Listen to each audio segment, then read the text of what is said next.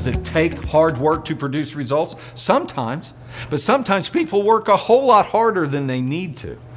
So again, it's very important for you to have identified how to measure on a daily basis. How to measure. And again, we do it on a daily basis because I want to ensure that we don't drift.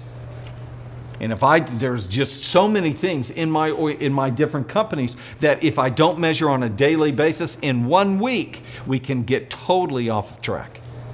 So I want to make sure that we stay on track every single day. So I'm going to measure every single day. These numbers simply are measurables.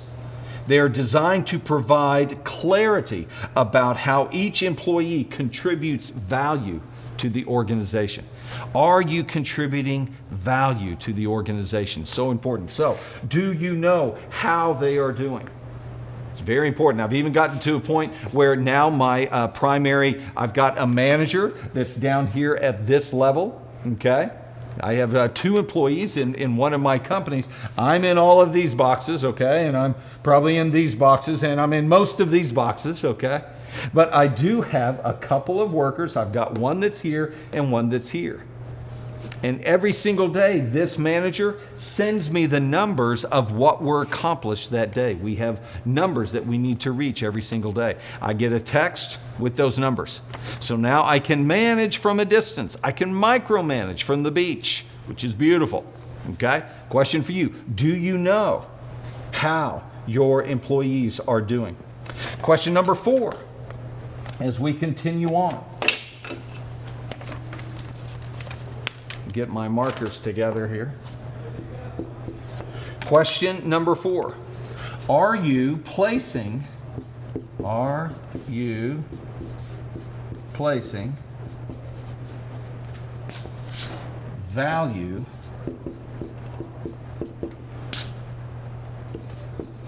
on loyalty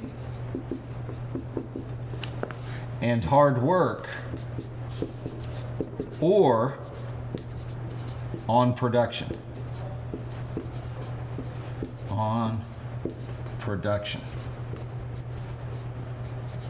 I'll just say producing results. Again, just like I was saying here, we have to know what we expect out of each of our employees. What we do in our company, influenced by the book called Traction. I've mentioned this book several times by Gino Wickman, where he talks about the importance of every quarter having rocks set up.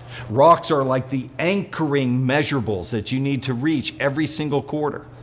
We don't want to have a ton of them. In our company, we have 3 rocks each quarter. And those rocks, if we are hitting those rocks each quarter, it allows us to hit our annual goals every single year.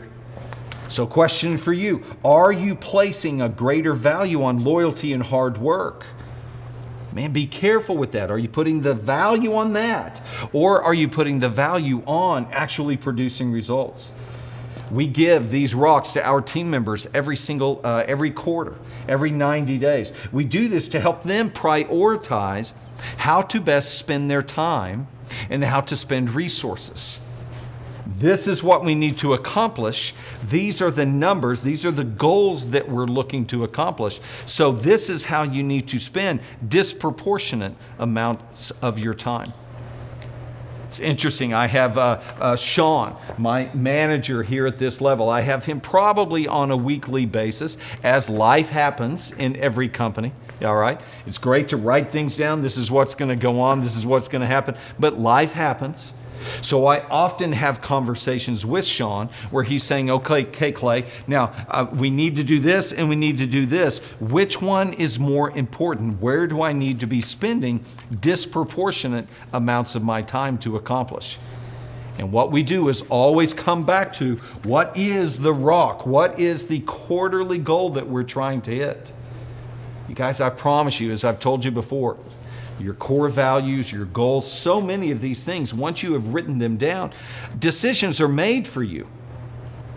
They're made for you because you've already established the goal. You've already established what needs to be accomplished. You've already established the boundary.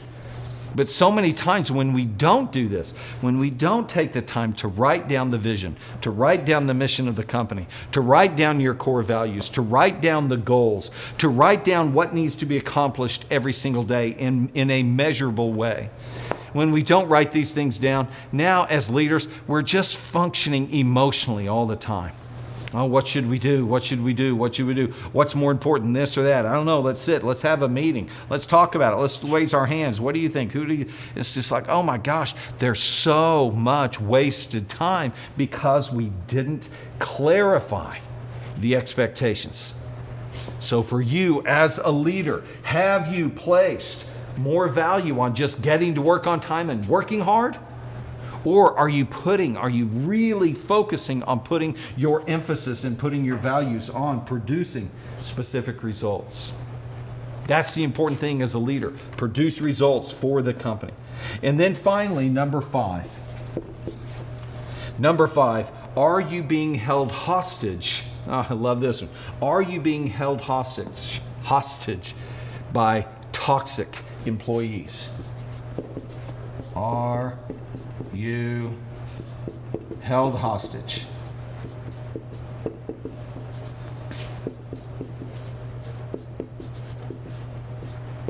by employees?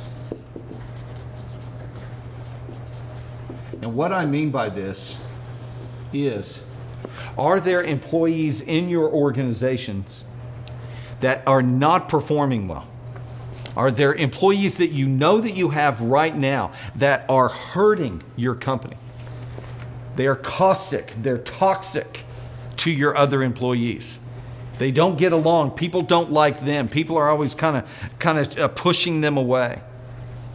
Man, guys, this happens so often, and especially if you're in the role of a leader as an organization, in the leader of a company.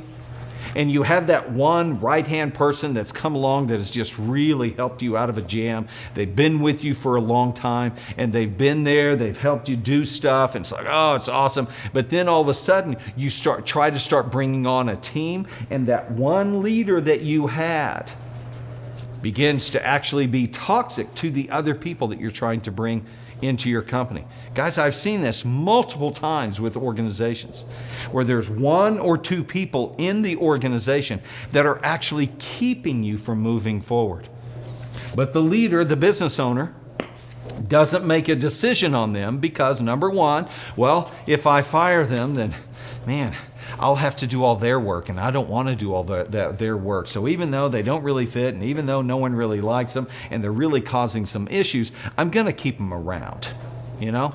Or how about this? We hire people all the way down here at the worker level, and no, they're not good employees. They don't show up on time. They're not doing what they need to be doing. But if I fire them, then I've got to come down here and do the work. So I put up with them, okay? We've talked about this once again at the management level. We talked quite a bit about how to solve this issue. We have to strengthen, going back to my coaching days, we have to strengthen the bench. We have to ensure that we constantly have strong people coming into our organization. And how do we do this? Remember the 4-step interviewing process. We have the group interview, we have the shadow, we have the personal interview, we have the background check. We are doing that every single week, producing the river of life coming into our company so we can, whenever we need, flush out the Dead Sea. Because remember, guys, you might have been in this spot. Again, I grew up in the country, ran a summer camp for a long time. Guys, I know what happens when you don't flush, okay? If you don't flush, eventually things get pretty crappy. It gets bad, it gets smelly, it's not pretty at all. And now to really clean it up really involves some major equipment and some nose stuff, and gloves and all that kind of stuff. We just don't want to go there. So we want to consistently be able to create this river of life coming into our company so we can flush out the Dead Sea. So again, are you being held hostage by your employees? If you are, the only person to blame is you. Well, Clay, you're telling me I need to fire this person, but I can't fire that person. They've been with me for a long time. They're killing you, all right? You can't move forward. You've got to get rid of the C players and the B- players. so that you can replace them with B, B+, and A players. They're taking up space that is keeping your company from moving forward. So you guys, we have to avoid a sense of this dependency on people who aren't good for the company or who aren't good for your culture. Depending upon them. Guys, that's not a healthy spot to be. Don't kid yourself. Everyone knows who the C players are. Everyone knows. You're not the only one. Everyone knows who they are, and you are losing credibility every single day that you don't make a decision on them. Every single day, you're losing credibility. A players will not be attracted to an organization that has C players in leadership positions. And if you do get an A player, they'll come into the organization. I promise you, A players will recognize C players really quickly. And if you put a C player over an A player, that A player will not stick around long for you. They're going to be looking for something else. So it's important for you as the leader to not be held hostage by toxic employees. Make the decisions that need to be made. How do we make these decisions? Well, once again, we've got to come back up to right here and right here. We've got to hold them accountable to a daily scorecard. If you don't have a daily scorecard, we've got to get one in place, because if you don't have one in place, then you're just going to be going, well, they show up every day on time. I really appreciate them. They've just been with me for a long time. We just have so many great memories together. We just kind of built this thing from ground up. I could never get rid of them. Guys, man, that's just a dangerous place to be as a business leader. Okay? And again, I'm not saying you can't go there. Go there if you want, but it's just going to create some limits on your company. Limits that will very quickly frustrate you. Limits that will keep you from being able to produce this vehicle that's supposed to get you where you want to go. Okay, so these are our 5 questions to ignite your leadership. Do you know what your employees value the most? Number 2, do you know who the leaders are in your organization and what they are actually supposed to be doing on a daily and weekly basis? Number 3, do you know how they're doing? Have you created some type of a measuring stick for each of your employees that actually has numbers on it? Number 4, are you placing value on loyalty and hard work, or on producing results that help move your company forward?